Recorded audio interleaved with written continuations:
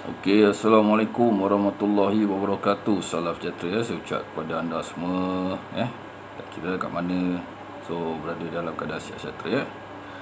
Jadi hari ini aku nak sambung cerita lah. Itu hari kita cerita pasal Nabi Ishaq dan Nabi Yaakob. Jadi kita nak kena sambung cerita Nabi Yusuf. Nabi Yusuf ni terlalu lama. Sebab muka surat ni panjang. Jadi kita kena tahu cerita dia. So, sebelum kita cerita, kita baca doa dulu lah. Bismillahirrahmanirrahim. Allah. Ya.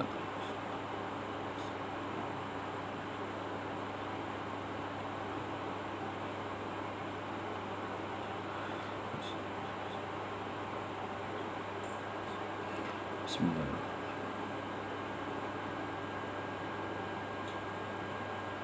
Allahumma salli ala sayyidina Muhammad. Allahumma salli ala sayyidina Muhammad. Allahumma salli ala sayyidina Muhammad. Allahu akbar kabiran walhamdulillahi katsiran subhanahu wa ta'ala la ilaha illallah wa la syarika lah lahul mulku wa lahul hamdu.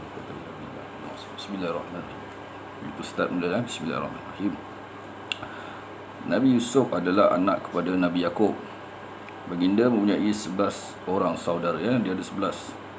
Nabi Yusuf merupakan anak lelaki yang segak dan pintar. Maknanya orang yang sama macam aku. Taklah. Gua doa dekat Disney tak apa. So tak apa kan. Jadi ayahnya sangat sayang kepadanya, lebih daripada saudara-saudaranya yang lain. Pada satu malam Nabi Yusuf bermimpi sesuatu yang ajaib. Baginda melihat 11 buah bintang. Mana dia nampak ada 11 bintang, matahari dan bulan. Dekat diam kan suara bapak dia harus ada dalam ni. Makan nasi Okey, makan nasi. Bismillah. So kita boleh baginda melihat 11 buah bintang, matahari dan bulan. Dia tidak memahami mimpi itu. Bagaimana bintang, bulan dan matahari boleh tunduk menghormati seorang manusia. Maknanya bulan, bintang ni, matahari tunduk pada Nabi Yusuf. Jadi Nabi Yusuf menceritakan tentang mimpi ni dekat ayah dia lah. So dia ceritalah kat ayah dia. Dia beritahu pada ayah dia, saya telah melihat 11 buah bintang dan matahari serta bulan. Saya melihat semuanya tunduk menghormati saya. Okay. So Nabi Yaakob sangat gembira dengan mimpi tu. Jadi jawablah Nabi Yaakob pada anaknya, semoga Allah memberkati kamu, wahai Yusuf, kerana kamu akan menerima sesuatu urusan penting, kata ayahnya. Mimpi itu menandakan pemberian ilmu dan pangkat kenabian. Sesungguhnya Allah telah mengurniakan nikmat ke atas datukmu Nabi Ishaq dan Nabi Ibrahim. Sesungguhnya dia memberikan nikmat kepadamu dan ahli keluarga Yaakob. Nabi Yaakob sangat tua ketika itu. Baginda amat mengenali tabiat manusia. Mana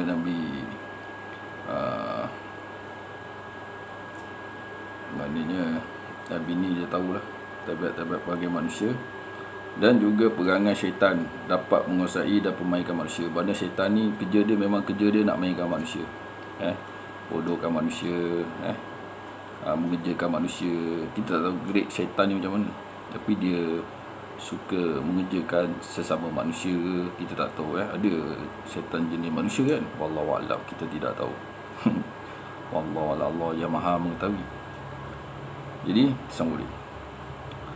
Jadi Nabi Yaakob ni cakaplah pada anak dia, wahai anakku, janganlah kamu menceritakan mimpi ini kepada saudara-saudaramu, kerana mereka akan iri hati dan memusuhimu. Pesan ayahnya. Nabi Yusuf mempunyai seorang saudara yang seibu sebapa bernama Bunyamin. Nabi Yusuf ni mempunyai seorang saudara yang seibu sebapa bernama Bunyamin. Nabi Yaakob sangat sayang kepada kedua-duanya, melebihi saudara-saudaranya yang lain. Ini membuatkan saudara-saudaranya yang lain dengki dan marah kepada Nabi Yusuf dan Bunyamin. Mengapa ayah kita lebih sayang kepada Yusuf dan Bunyamin? Mengapa ayah kita menyayangi Yusuf dan Bunyamin sedangkan mereka berdua itu masih mentah dan lemah? Mengapa dia tidak menyayangi kita seperti mana dia menyayangi Yusuf dan Bunyamin? Sedangkan kita adalah pemuda-pemuda yang gagah. Mana dia cakap diorang ni hebat lah, lagi bagus daripada Nabi Yusuf dan Bunyamin. Okey. Mengapa dia tidak menyayangi kita seperti mana dia menyayangi Yusuf dan Bunyamin? Okey. Sungguh mengherankan. Maknanya heran lah. Dia heran kenapa ayah dia sayang dekat Nabi Yusuf dan Bunyamin ni. Sebab diorang ni lagi gagah, hebat, bermacam-macam kehebatan mereka ada. Oleh itu kerana Nabi Yusuf masih kecil, dia menceritakan mimpi itu kepada abang-abangnya. Jadi pecahlah cerita sebab budak-budak dia tak tahu apa-apa, cerita dekat abang-abang dia. Mereka sangat marah dan iri hati. Jadi abang dia semua tak puas hati lah. Memang tak suka adik dia perangai macam dia atau apa-apa kelebihan pada adik dia. Memang tak boleh lah. So panggil apa? Cantas. Cantas lah. Pada suatu hari saudara-saudara Nabi Yusuf berhimpun berbincang sesama mereka. Maknanya mereka berkelompok ni, adik-beradik ni berkumpul lah, bincang untuk bunuhlah Yusuf dan asingkan dia di satu tempat yang jauh. Mana buanglah Yusuf ni, letakkan Nabi Yusuf ni di tempat yang jauh lah. Dengan cara itu tahulah ayah hanya akan menyayangi kita semua. Bermaksudnya bila dia buat dekat Nabi Yusuf tu, maknanya ayah dia ni sukalah kat abang-abang dia semua lah. Maknanya tak perlulah lagi Nabi Yusuf. Macam tu cerita. Kata salah seorang daripada mereka. Wallahualam siapa. Janganlah kita buang Yusuf ke dalam perigi di jalan supaya dia diambil oleh orang musafir. Jangan, silap sekali. Jangan kita buang Yusuf ke dalam perigi. Dia tak jadi nak bunuh. Jadi aku salah cerita tadi. Jangan kita buang Yusuf ke dalam perigi di jalan supaya dia diambil oleh orang musafir. Cadang salah seorang daripada mereka pula. Selepas berbincang dan mencapai kata sepakat, mereka pun pergi berjumpa Nabi Yakub. Sebenarnya Nabi Yakub sangat bimbang mengenai Nabi Yusuf kerana saudara-saudaranya amat dengki, khianat dan tidak mengasihinya. Macam tu sekali lah. Nabi Yakub selama ini melarang Nabi Yusuf berjalan dengan saudara tirinya. Maknanya Nabi Yusuf ni dah diberi amaran jangan berjalan-jalan dengan saudara tirinya. Nabi Yusuf cuma Nabi Yakub lah, bagi amaran pada Nabi Yusuf lah. Nabi Yusuf cuma bermain dengan saudara kandungnya, Bunyamin. Maknanya dia main berdua je lah dengan Bunyamin ni. Nabi Yusuf ni main dengan Bunyamin di kawasan yang berdekatan. Saudara-saudara Nabi Yusuf mengetahuinya, tetapi mereka tetap berazam untuk melakukan kejahatan. Maknanya mereka nak melakukan kejahatan juga kat Nabi Yusuf ni, nak mengerjakan Nabi Yusuf. Ayah, mengapa ayah tidak benarkan Yusuf pergi bersama kami? Apakah yang ayah takutkan? Mereka bertanya kepada Nabi Yakub. Maknanya adik-adik dia saja buat soal lah, saja buat tanya. Ni macam orang kata dah tahu saja buat tanya. Sebab benda ni semua berniat. Macam tu cerita dia kan. Benarkan dia pergi bersama-sama kami esok supaya dia dapat bersukaria, makan, minum dan bermain dengan bebasnya. Maknanya dia minta kepada Nabi Yakub ni, benarkanlah Nabi Yusuf ni main dengan dia orang ni untuk bersukaria, makan, minum dan bermain-main. Kami akan menjaga dia dengan baik. Makna perjanjian lah, abang dia akan jaga adik dia dengan baik. Nabi Yakub sudah tua. Masa tu Nabi Yakub dah tua lah. Baginda seorang yang bijaksana dan lemah lembut. Baginda tidak suka Nabi Yusuf berada jauh di sisinya kerana bimbangkan keselamatan anaknya yang masih kecil itu. Maknanya Nabi Yusuf ni, Nabi Yakub ni bimbang, takut-takut apa-apa jadi kepada anak dia tu sebab kecil lagi kan. Ayah bimbang dia akan dimakan oleh serigala ketika kamu lalai menjaganya. Takut dia kenalah makan dengan serigala. Serigala apa kita tak tahu, serigala orang ke, serigala binatang ke, tapi faham lah kan. Ibarat tetap takut musibah lah terjadi kepada Nabi Yusuf ni. kata Nabi Yaqub kepadanya anak itu. Jadi dia orang kata, tak mungkin, bagaimana serigala dapat memakannya sedangkan kami adalah pemuda-pemuda yang gagah, jawab mereka. Maknanya mereka ni gagah lah, kira orang besar lah tu, hebat-hebat semualah. Macam tu lah. Tapi Nabi Yusuf ni budak, budak kecil. Setelah fikir panjangnya, Nabi Yaqub pun mengizinkan Nabi Yusuf keluar bersama saudara-saudaranya. Okey lah, boleh lah cerita dia. Abang-abang Nabi Yusuf sangat gembira apabila Nabi Yaqub dibenarkan Nabi Yusuf keluar bersama mereka. Maknanya abang Nabi Yusuf ni suka lah. Suka. Bila Nabi Yaqub ni benarkan lah. Apabila sampai di hutan, mereka mencapakkan Nabi Yusuf ke dalam sebuah perigi. Mana dia pergi campak Nabi Yusuf ni dalam perigi. Mereka tidak menaruh belas kasihan sedikit pun kepada Nabi Yusuf dan Nabi Yaqub yang sudah tua tu. Maknanya abang tak hormati bapak. Itulah. Tak hormati bapak, meniat jahat lagi. Dajjal kan sesama saudara. Itu yang pernah berlaku di zaman Nabi. Ingat Jadi janganlah kamu berasa sedih dan takut. Sesungguhnya Allah beserta kamu dan kamu akan menerima satu urusan. Okey, itu cerita yang kita tahu. Perigi itu amat dalam. Perigi itu dalam dan gelap. Nabi Yusuf keseorangan di dalamnya. Akan tetapi Allah mengembirakan Nabi Yusuf dan dia berfirman, janganlah kamu berasa sedih dan takut. Sesungguhnya Allah beserta kamu dan kamu akan menerima satu urusan.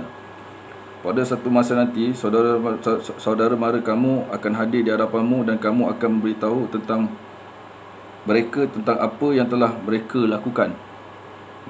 Pada satu hari nanti, saudara mara dia ni akan hadir depan dia ni. Dan kamu akan memberitahu mereka tentang apa yang mereka telah lakukan. Maknanya dia akan berjumpa lah. Saudara-saudara Nabi Yusuf pun berhimpun dan merancang apa yang akan mereka lakukan seterusnya. Apakah alasan yang akan diberikan kepada ayah? Bukankah ayah telah berkata yang dia bimbang serigala akan memakan Nabi Yusuf? Beritahulah ayah bahawa kata-kata itu memang benar. Sebahagian daripada mereka memberi pandangan. Sebab selepas dah campak, dah campak Nabi Yusuf tu, dia dah campak, kemudian dia nak bagi alasan lah. Bagaimana nak mencari alasan untuk meyakinkan bapa Nabi Yusuf ni, Nabi Yaqub ni. Jadi dia pun buatlah perbincangan. Saudara-saudara lain pun bersetuju. Selesai dah semua lah. Apakah tandanya dia telah dimakan? Tanya seorang daripada saudara mereka. So mesti nak ada satu bukti lah. Tandanya ialah darah ini, jawab yang lain sambil menunjuk ke arah seekor kambing. Tu kambing dia kata. Kita gunakan kambing tu, dapatkan darah dia tu. So kambing tersebut disembelih. Mereka mengambil baju Nabi Yusuf dan mencelupnya dengan darah itu. Saudara-saudara Nabi Yusuf sangat gembira. Sekarang pasti ayah akan percaya kita. So maknanya dia nak kencing lah, macam itulah. Nak menipu nak menipu Nabi Yaqub ni. Tapi Nabi Yaqub ni seorang rasul. Rasul ni dia akan tahu macam Allah maha mengetahui. Faham tak? Dia boleh cerita kita tahu Allah maha mengetahui. Kalau Allah maha mengetahui, Nabi Yaqub pun mengetahui. Tapi mari kita tengok peribadi. Kalau manusia punya peribadi,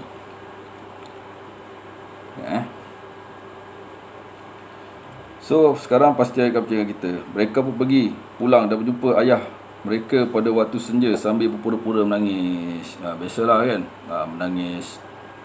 Darman menangis tangisan air mata.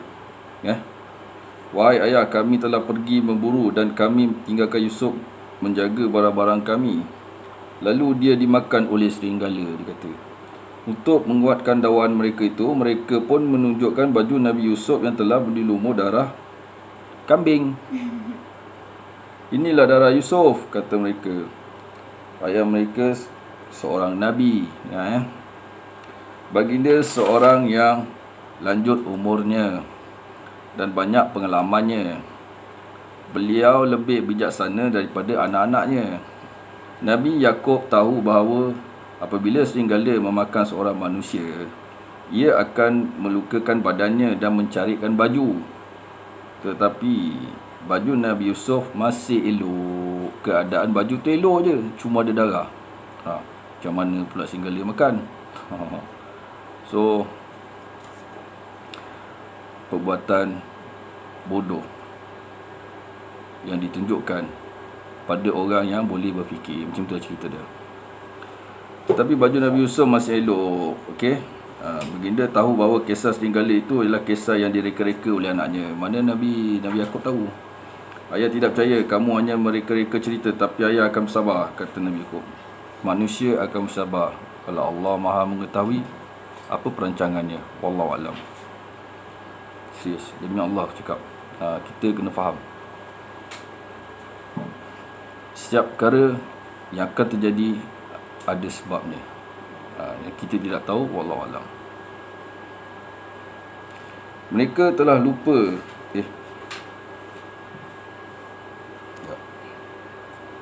So, yang tidak percaya, Nabi Yaakob berasa amat sedih mengenangkan Nabi Yusuf. So, sedihlah mengenangkan Yusuf. Namun beliau tetap bersabar dan berserah diri kepada Allah Subhanahu Wa Taala. Nabi Yusuf ditinggalkan oleh saudara-saudaranya di dalam perigi. Mereka makan makanan yang sedap-sedap dan tidur di atas tilam. Sedangkan Nabi Yusuf di dalam perigi tanpa tilam dan makanan. Mereka telah lupa kepada Nabi Yusuf dan tidur nyenyak. Maknanya tak ada perasaan langsung lah. Ni jenis orang tak ada perasaan. Orang tak ada perasaan ni memang suka mengerjakan orang. Sebab apa? Sebab apa? Ada sebab-sebab dia. Semua akan tahu. Kadang-kadang kerana kuasa, ada kedudukan yang mahu. Tapi bila seorang manusia, bila dia hati kadang-kadang ni macam dah berniat benda lain, dah tak ada perasaan. Bila manusia kalau dah tak ada perasaan, duduklah macam mana pun, huru-hara pun, terang cakap. Sebab aku pernah rasa. Jadi beliau tetap sabar dan berserah diri kepada Allah. Nabi Yusuf ditinggalkan oleh saudara-saudaranya di dalam perigi. So, macam mana cerita tadi, makan sedap-sedap. Mereka telah lupa kepada Nabi Yusuf dah tidur dengan nyenyak, sedap orang tidur. Tetapi Nabi Yusuf tidak tidur. Nabi Yusuf tak tidur. Dia teringatkan ayahnya Nabi Yaakob. Dia teringat ayah dia. Nabi Yusuf berada di dalam perigi yang amat dalam. Perigi itu pula terletak di dalam hutan yang mengerikan, terutama pada waktu malam. Dengan takdir Allah, sekumpulan orang musafir sedang lalu di pinggir hutan tersebut. So, ada seorang musafir telah lalu di pinggir hutan tersebut. Mereka sedang dahaga dan mencari sumber air. Waktu tu ada seorang manusia sedang cari sumber air. Salah seorang daripada mereka ditugaskan untuk mencari air. Kalau cerita Nabi Sulaiman ada burung hud-hud cari air kan. Jadi kita tak sampai lagi cerita Nabi Sulaiman, nanti kita akan cerita Nabi Sulaiman. Jadi kita dah menjumpai sesuatu cerita yang sama kat dalam ni. Maknanya mereka sedang berdahaga dan mencari sumber air. Salah seorang daripada mereka ditugaskan untuk mencari air. Dengan takdir Allah SWT, orang tersebut nampak sebuah perigi. Dia terus mengambil perigi tersebut, lalu diturunkan sebuah timba yang diikat dengan pada sutas tali. Ketika orang itu menarik tali dan timba perigi itu, dia merasakan timba itu amat berat sekali. Rupa-rupanya bersama timba itu ada seorang budak lelaki. Dia terkejut seorang dan terpegun. Maknanya budak, betul-betul budak lah. Oh, ada seorang budak lelaki, dia bertirak. Kumpulan musafir itu merasa sangat gembira kerana budak itu boleh dijual. Maknanya budak tu boleh jual lah di pasar untuk mendapatkan wang. Maknanya so dijual ni, kalau kita zaman ni kadang-kadang budak-budak ni, kalau zaman sekarang ni tak tahu nak cakap lagi lah. Perdagangan budak jual organ, itu lagi teruk dah. Lagi ikut ke zaman kita ni dah melampau lagi teruk dah. So budak-budak diheret, dijual organ, dibedah, diikat, dimasuk dalam kotak, diseletipkan. Ini semua komunis punya kerja lah, tahulah. Dia tak komunis, tak sah lah. So kita sambung balik kita Okey. So mereka pun bergerak berangkap menuju ke sebuah pasar negeri Mesir. Tidak lama kemudian mereka sampai ke pasar tersebut. Siapa mau beli budak ini? Siapa mau beli budak ini? Kata mereka kepada orang ramai situ. Seorang pembesar Mesir bernama Al-Aziz Ada seorang pemuda Mesir bernama Al-Aziz datang beli Nabi Yusuf dengan harga hanya beberapa dirham sahaja. Peniaga itu menjual Nabi Yusuf tanpa mengenali siapakah Nabi Yusuf sebenarnya. Ini perjalanan Nabi-Nabi ni, macam-macam. Al-Aziz membawa Nabi Yusuf ke istananya. Maknanya seorang raja lah Al-Aziz ni. Nabi Yusuf bawa istananya dan berkata kepada isterinya, berikanlah dia layanan yang baik, sesungguhnya dia budak yang cerdik. Maknanya Al-Aziz ni tahu budak ni budak yang cerdik. Nabi Yusuf pun hidup di dalam istana Al-Aziz sehinggalah baginda dewasa. Apabila dewasa, Nabi Yusuf mempunyai rupa paras yang sangat tampan dan sesiapa sahaja di kalangan wanita akan terpikat dengannya. Terpikat dengan dia. Kalau jumpa Nabi Yusuf, confirm terpikat. Handsome dia. Handsome dia tak sama macam kehansoman yang dilihat oleh para ni lah kan. Ini memang original, original handsome Nabi Yusuf alaihissalam. Nabi Yusuf sangat sopan dan tidak Nabi Yusuf hidup dalam istana. Nabi Yusuf mempunyai para rupa yang sangat tampan dan siapa saja wanita akan terpikat dengannya. Tetapi Nabi Yusuf sangat sopan. Nabi Yusuf sangat sopan, tidak mudah diperdaya oleh siapa pun. Pada satu hari, isteri Al-Aziz yang bernama Zulaika. Zulaika ni cuba memujuk Nabi Yusuf melakukan perkara khianat, tetapi Nabi Yusuf enggan. Tidak, saya tidak akan mengkhianati tuan saya. Dia telah berbuat baik terhadap saya serta memuliakan saya. Sesungguhnya saya takut kepada Allah, kata Nabi Yusuf. Faham tak cerita ni? Maknanya Zulaika ni ajak Nabi Yusuf ni buat kerja tak elok. So dia tak mau. Dan dia pun tidak mau mengkhianati tuannya sendiri. Kerana dia berbuat baik. Maknanya dia tahu tuan tu buat baik, dia sedang mulia. Jadi dia pun takut pada Allah. Jawab Nabi Yusuf.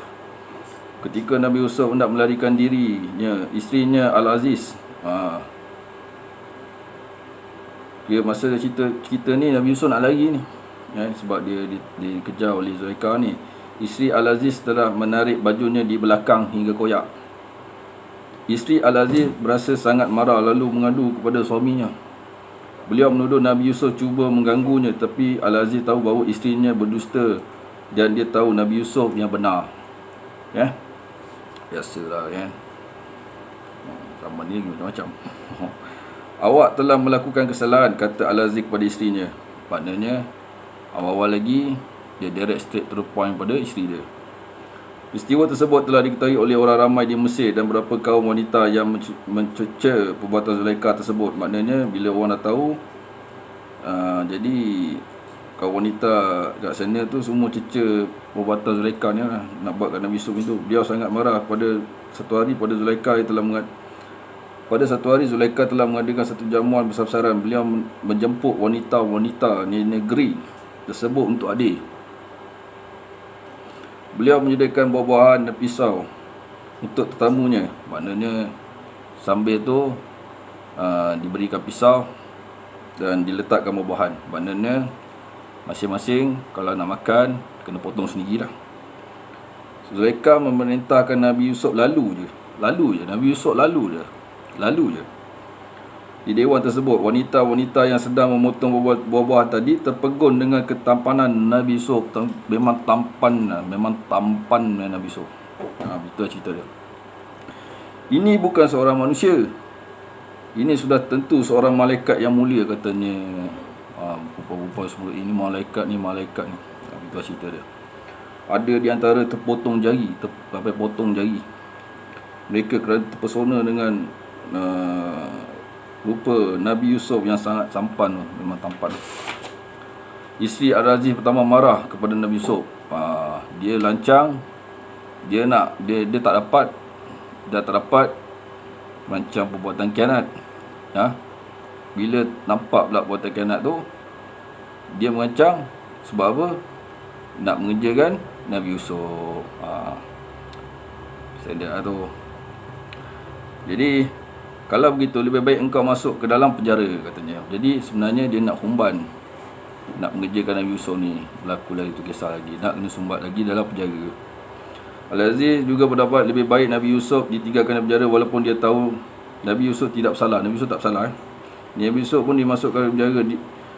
Penghuni penjara tahu bahawa Nabi Yusuf seorang pemuda yang mulia. Mereka tahu Nabi Yusuf memiliki ilmu yang hebat. Nabi Yusuf ni ada memiliki ilmu yang hebat dan berjiwa penyayang. Dia seorang penyayang. Seorang penyayang. Nabi Yusuf seorang penyayang. Semua banduan di penjara itu suka kepada Nabi Yusuf yang memuliakannya. Maknanya banduan-banduan penjara ni semua suka kepada Nabi Yusuf. Nabi Yusuf ni baik orang dia. Macam tu cerita dia. Dia menghormati. Dia menghormati dan menghormati lah. Pada satu hari, 2 orang lelaki dalam penjara itu menceritakan tentang mimpi mereka. 2 orang lelaki di dalam penjara itu menceritakan tentang mimpi mereka kepada Nabi Yusuf. Aku bermimpi sedang memerah anggur, kata seorang daripadanya. Aku bermimpi menjunjung roti di atas kepalaku yang sebahagiannya dimakan oleh burung, kata seorang lagi. Lalu mereka meminta Nabi Yusuf menerangkan maksud mimpi tersebut. Maknanya Nabi Yusuf ni dia pandai lah, orang yang hebat, dia tahu setiap apa pun dia akan tahu tafsirannya apa, ni jenis apa semua. Aku rasa masanya sudah tiba sekarang. Mereka berajak sesuatu. Jika aku menyampaikan sesuatu pada mereka, tentu mereka akan mendengar dan mentaatinya. Aku percaya jika mereka mendengarnya, seluruh penghuni penjara akan turut mendengar juga, kata Nabi Yusuf dalam hatinya. Ini Nabi Yusuf kata hati. Namun begitu, Nabi Yusuf tidak terlalu gopoh dalam hal ini. Aku akan beritahu kamu berdua tentang pengertian mimpi itu sebelum makanan tiba. Maknanya sebelum ada makanan itu sampai. Jadi Nabi Yusuf nak beritahulah, katanya. Mereka berdua pun duduk dalam keadaan tenang. Okey. Aku dapat mentafsir mimpi. Ia adalah di antara perkara-perkara yang diajar kepadaku oleh Tuhanku, kata Nabi Yusuf. Padanya Tuhan ni mengajar Nabi Yusuf sudut-sudut ilmu pengetahuan. Jadi untuk masanya untuk diberitahulah. Kedua-duanya merasa tenang dan gembira. Inilah peluang dan kesempatan yang dinantikan oleh Nabi Yusuf. Baginda pun memulakan pengajarannya. Allah tidak mengkurniakan ilmunya kepada orang musyrik. Pada orang musyrik Allah tidak akan menurunkan ilmunya kepada orang musyrik. Tahukah kamu mengapa Tuhanku mengajarku? Sebenarnya aku telah meninggalkan jalan ahli syirik. Aku telah mengikuti agama ayah dan datuk nenekku, Nabi Ibrahim, Nabi Ishak dan Nabi Yakub. Mentauhidkan Allah. Mentauhidkan Allah bukan hanya untuk kita sahaja, tetapi untuk manusia seluruhnya. Maknanya tauhid ni, mentauhidkan Allah bukan hanya untuk kita, bukan untuk peribadi, untuk semua. Sebab tauhid ni akan begitulah cerita dia, Allah siapa yang tahulah kan. Mengesahkan Allah ialah hasil daripada limpah kurnia Allah kepada kita dan manusia lainnya. Tetapi kebanyakan manusia tidak pernah bersyukur. Kalau ada pun manusia bertauhidkan Allah, tidak akan pernah syukur. Ini yang telah berlaku kepada zaman Nabi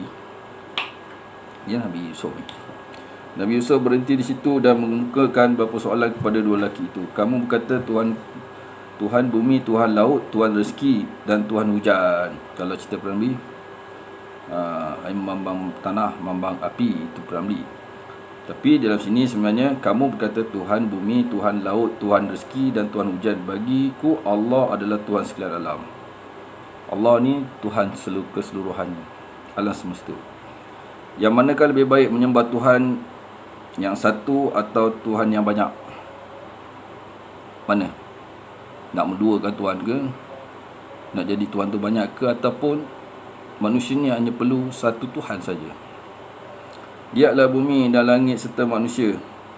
Semuanya ini adalah ciptaan Allah. Cubalah tunjuk padaku apakah yang telah diciptakan oleh Tuhan-Tuhan selainnya. Apa sebenarnya Tuhan bumi, Tuhan laut, Tuhan rezeki dan Tuhan hujan? Semua ini hanyalah beberapa nama yang kamu dan datuk nenek kamu berikan kepada yang datuk nenek moyang dia berikan, nama-nama Tuhan pula. Allah pemilik dan penguasa alam ini. Allah ni pemilik, menguasai alam ni. Dia menguasai alam ni. Janganlah kamu menyembah selain daripada Allah, kerana itulah agama yang betul. Tetapi kebanyakan manusia tidak mengetahuinya. Setelah selesai memberi pengajaran itu, Nabi Yusuf pun beritahu kedua-dua lelaki itu tentang tafsir mimpi mereka. Salah seorang daripada kamu akan memberikan minuman arak kepada tuannya. Salah seorang daripada kamu akan memberikan minuman arak kepada tuannya. Manakala yang seorang lagi akan disalib. Okey, ada seorang lagi akan disalib. Lalu burung memakan sebahagian daripada kepalanya. Maknanya lepas salib tu, burung akan datang makan kepala dia. Itulah keputusan tentang perkara yang kamu berdua bertanya kepada Nabi Yusuf. Beritahulah mengenai aku kepada tuanmu, kata Nabi Yusuf kepada lelaki yang pertama. Maknanya dia beritahu kepada lelaki pertama lah. Tidak lama kemudian lelaki yang kedua tu tadi dibebaskan dari penjara. Maknanya lelaki kedua tu dibebaskan penjara. Lelaki yang pertama dijadikan pelayan minuman di raja, dan seorang lagi dihukum salib. Tak lama kemudian kedua-dua lelaki tadi dibebaskan dari penjara. Maknanya dua-dua ni dah dibebaskan lah, tapi seorang lelaki tu dia jadi pelayan minuman di raja lah. Satu lagi jadi inilah dihukum salib. Pelayan minuman itu terlupa untuk memberitahu raja mengenai Nabi Yusuf. Maknanya pelayan tu terlupa untuk memberitahu raja mengenai Nabi Yusuf. Dia lupa nak beritahu raja pasal Nabi Yusuf ni. Dengan itu tinggallah Nabi Yusuf dalam penjara dalam beberapa tahun lagi. Terpaksalah Nabi Yusuf ni duduk lepak lagi dalam penjara. Pada satu malam, Raja Mesir bermimpi sesuatu yang aneh. Beliau menceritakan mimpinya kepada pengiring-pengiringnya. Beta bermimpi melihat 7 ekor lembu betina yang gemuk dimakan oleh 7 ekor lembu betina yang kurus. Dan beta juga melihat 7 butir gandum yang hijau dan 7 butir gandum yang kering. Terangkanlah pada beta tentang takbir mimpi ini. Mimpi ini tidak mempunyai apa-apa makna. Orang yang tidur melihat banyak perkara yang tiada kaitan dengannya, jawab mereka. Maknanya mimpi tak ada apa-apa pun. Itulah ceritanya. Tidak patut memberitahu tuanku tentang tafsir mimpi itu. Sampuk pelayan minuman yang kebetulan pada masa itu mendengar perbualan raja tersebut. Maknanya dia kata dia tahu. Maknanya dia tahulah. Dia tahu. Dia tahu dalam cerita ni. Maknanya raja ni tanya pasal mimpi tu. Jadi oleh kerana seorang pelayan ni dia dah jadi seorang pelayan di raja sebagai memberi minuman kepada raja. Jadi dia pun beritahulah sebab dia dah pernah jumpa Nabi Yusuf di dalam penjara. Tanpa berlengah lagi, pelayan itu pun bergegas ke penjara. Dia bertanya kepada Nabi Yusuf tentang tafsir mimpi raja tu. Nabi Yusuf seorang yang pemurah dan baik hati. Baginda sangat sayang pada makhluk Allah SWT. Memang Nabi Yusuf ni memang seorang penyayang kepada semua makhluk-makhluk Allah. Sebab itu baginda memberitahu pelayan itu tentang tafsir mimpi Raja Mesir tersebut. Hendaklah kamu menanam bersungguh-sungguh selama 7 tahun. Maknanya dia beritahu hendaklah tanam selama 7 tahun. 7 tahun turut-turut. Dan simpanlah apa yang kamu kutip itu pada tangkai-tangkainya, kecuali sedikit daripadanya untuk kamu jadikan makanan, kata Nabi Yusuf. Sebab itu kamu akan mengalami kemarau yang dahsyat selama 7 tahun. Kita ulang balik. Hendaklah kamu menanam bersungguh-sungguh selama 7 tahun berturut-turut, dan simpanlah apa yang kamu kutip itu pada tangkai-tangkainya, kecuali sedikit daripadanya untuk kamu jadikan makanan, kata Nabi Yusuf. Sebab kemarau itu selama 7 tahun. Selepas itu hujan akan turun. Lalu hujan turun. hujan turun. Tanaman menjadi subur dan rakyat akan memperoleh hasil yang lumayan. Setelah mendengar tafsir mimpi itu, pelayan minuman itu pun pergi dan memberitahu raja. Dia beritahu raja, siapakah yang memberi tafsir ini? Siapakah lelaki mulia telah memberikan nasihat ini kepada kami serta menunjukkan cara melaksanakannya? Tanya raja. Raja tu tanya. Raja tu tanya. So raja tanya, siapa yang beri tafsir ni? Sebab benda ni terhasil. Daripada membuat hujan turun semua hasil. Itulah Yusuf. Beliau yang telah memberitahu bahawa Patih akan menjadi pelayanan minuman di raja tu. Dia kata dia Yusuf, sebab Yusuf dia pun beritahu dia jadi pelayan, memang betul jadi pelayan. Angan-angan pula bertemu. Raja terlalu ingin berjumpa dengan Nabi Yusuf. Dia memerintahkan agar Nabi Yusuf dibawa menghadapnya. Bawalah Yusuf kepadaku, beta mahu dia berkhidmat dengan beta, perintah di raja. Utusan raja pergi menemui Nabi Yusuf. Raja memanggil kamu, kata utusan itu kepada Nabi Yusuf. Nabi Yusuf tidak mahu keluar daripada penjara dengan cara begitu sahaja. Dia tidak mahu keluar di dalam penjara dengan begitu saja. Sebabnya tentu orang ramai akan berkata, inilah Yusuf, inilah orang yang semalamnya berada di dalam penjara kerana mengkhianati tuannya. Inilah Yusuf, inilah orang yang semalamnya berada di dalam penjara kerana mengkhianati tuannya. Sekiranya orang lain yang berada di dalam penjara serta datang pula utusan raja kepadanya dengan berkata, sesungguhnya raja memanggil kamu dan menanti kedatanganmu, pasti orang itu akan keluar segera dari penjara. Begitu ceritanya. Sekiranya orang lain yang berada di dalam penjara serta datang pula utusan raja kepadanya dan berkata, sesungguhnya raja memanggil kamu. Raja panggil kamu dan menanti kedatanganmu, pasti orang itu akan keluar segera daripada penjara. Nabi Yusuf tidak terburu-buru berbuat demikian. Dia pun tak nak terburu-buru juga. Sebaliknya baginda berkata, saya mahu masalah saya disiasat. Masalah saya disiasat dan kajilah terlebih dahulu. Raja pun bertanya mengenai masalah Nabi Yusuf dan membuat penyiasatan. Akhirnya mereka mendapati Nabi Yusuf tidak bersalah. Dan berita ini juga telah diketahui oleh orang ramai sebenarnya sebelum ni. Akhirnya Nabi Yusuf pun dibebaskan sebagai orang yang tidak bersalah. Sebaliknya dipandang mulia oleh raja sendiri. Nabi Yusuf tahu sifat amanah sangat kurang di kalangan pembesar-pembesar, menteri-menteri di negeri Mesir pada waktu itu. Maknanya menteri-menteri besar-besar sana, mereka semua ni takkan amanah. Maknanya sifat tak amanah menteri-menteri apa ni pun dah pernah berlaku pada zaman Nabi Yusuf. Cerita nasihat Nabi Muhammad perang lah. Nabi Yusuf punya cerita pun dah cerita dah. Dikurniakan oleh Allah SWT. Okey, sekejap sekali lagi. Sebab benda ni dia pergi belakang. Panjang cerita tu. Kekayaan ni.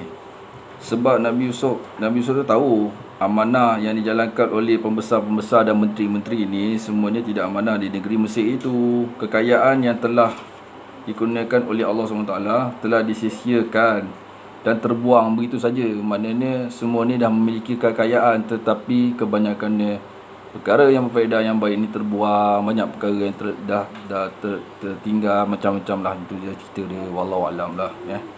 Rakyat jelata hidup dalam kelaparan. Maknanya waktu tu rakyat jelata hidup dalam kelaparan.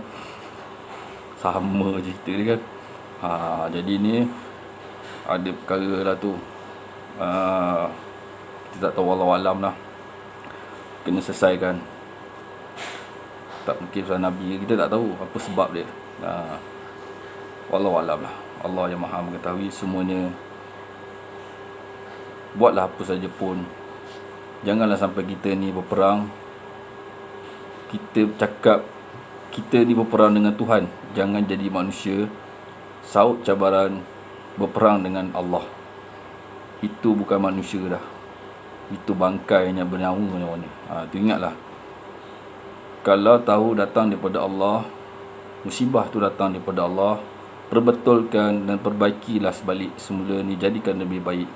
Itu kalau perangi dengan cara betul. Tapi perangi siapa yang mendatangkan malapetaka itu, kalau Allah yang memberikan malapetaka itu, manusia itu fikirlah baik-baik.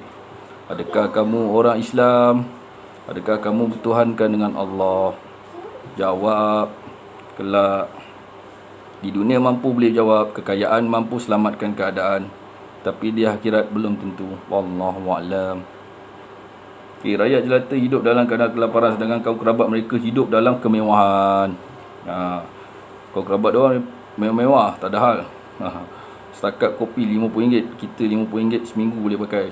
Dia takat pergi kafe RM50. Dia punya minum saja. Rumah-rumah mereka dihias dengan cantik, sedangkan rakyat memerlukan pakaian. Rakyat perlu pakaian, perlukan barang-barang, tapi rumah dia orang cantik belaka, mahligai. Soprano, kata Zahid. Brono, Sorono, tak apalah, aku tak tahu. Tapi aku pelik kan, kalau ibu bapa dia belah sana, macam mana dia menjadi menteri kat sini? Halo, Allah jangan salahkan aku. Cuma tanya dia sebab ada berita tu kan, dia berjumpa dengan wartawan Indonesia tu. Jadi dia mengatakan ibunya orang Indonesia, bapaknya pun orang Indonesia. Aku tak campur dalam hal ni lah.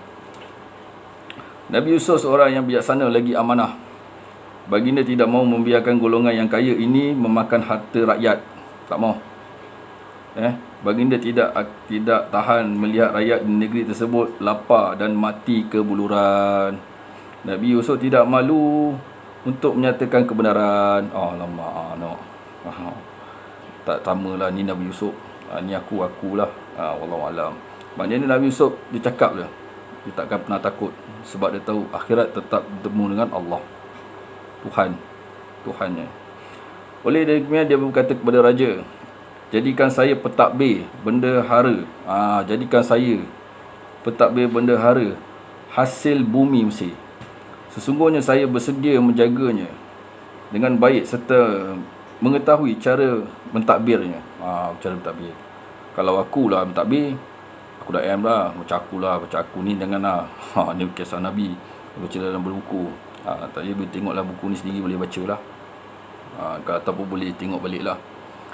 Kalau takbir ni sebenarnya, kalau Nabi-Nabi ni ataupun para rasul, kita tahu rasul Nabi ataupun para wali, walau dia dah tahu sebab apa mereka dalam kehidupan tu, bila dia mempelajari ilmu agama, dia tahu siapa yang amanah, siapa yang boleh mentadbir bahagian ini, siapa yang boleh mentadbir bahagian urusan ni. Dia tahu dah sebab apa dia menuntut ilmu, dia mencari orang sebenarnya untuk mendapatkan ilmu.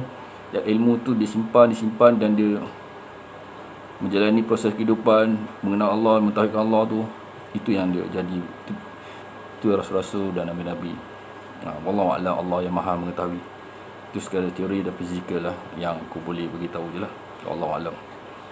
So Nabi Yusuf buat perjanjian, bagi tahu pada Raja Mesir dia akan mentadbir dan dia akan menguruskan siapa yang dia mahukan. Begitulah cara Nabi Yusuf menjadikan orang-orang yang diamanahkan menjaga hasil bumi Mesir. Mana dia carilah orang-orang yang amanah, betul-betul boleh amanah, duduk dalam ni. So rakyat jelata merasa senang hati dengan memuji pada Allah Subhanahu Wa Taala. Mimpi raja dahulu menjadi kenyataan. Negeri Mesir dan negeri-negeri sekitarnya mengalami kemarau panjang yang menyebabkan kurang makanan. Nabi Yakub serta penduduk negeri Syam mendapat tahu bahawa di Mesir ada seorang menteri yang bersifat belas kasihan serta pemurah, dan beliau mentadbir hasil pengeluaran negeri tersebut. Nabi Yakub memutuskan anak-anaknya ke Mesir dengan membawa harta yang ada pada mereka supaya ditukarkan dengan makanan. Bunyamin tidak ikut serta, tetapi beliau tinggal bersama bapanya Nabi Yakub. Maknanya Bunyamin ni temankan Nabi Yakub lah, tidak mahu jalan jauh pada Nabi, mana tak nak berpisah lah dengan Bunyamin, takut apa-apa jadi macam Nabi Yusuf. Baginda bimbang sekiranya apa yang berlaku pada Nabi Yusuf akan berlaku kepada Bunyamin pula. Akhirnya saudara Nabi Yusuf berjumpa semula dengan Nabi Yusuf. Maknanya saudara ni bertemu Nabi Yusuf. Ni 45 minit tu. Jadi aku akan tamat cerita ni dekat sini. Jadi nanti kita sambung. Sebab tebal lagi tu. Lebih daripada 10 muka surat. Dan sesungguhnya Nabi Yusuf ni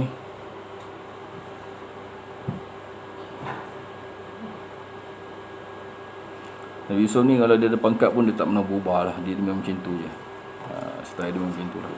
Kalau ikutkan sekarang ni, soal kita nak cari orang ni tu, kalau ada pun mungkinlah kita boleh temu dulu. Tapi tak nak jadi menteri lah. Tapi seorang lah. Kalau dalam Malaysia ni tanah air ni kita pernah jumpa Tuan Guru Ni Aziz lah. Arwah Tuan Guru Ni Aziz. Kita tahu kehidupan dia bagaimana dia seorang menteri. Tahu kan, Mercedes lah dulu, Mercedes lama yang panjang Dulu kalau aku sekolah Kelantan dulu, kita panggil private sapu Macam tu kenderaan yang pernah dibawa oleh arwah Ustaz Ni Aziz kan. Wallahualam lah. Sebab ada cerita dia lah kan. Sebab waktu sekolah ni kan ada satu masjid kat sana. Lepas tu dia kata itulah Menteri Besar Kelantan, Ni Aziz. Kalau tengok pun macam orang biasa macam orang biasa, macam orang kampung. Serius cakap. Itu yang pengalaman ni lah.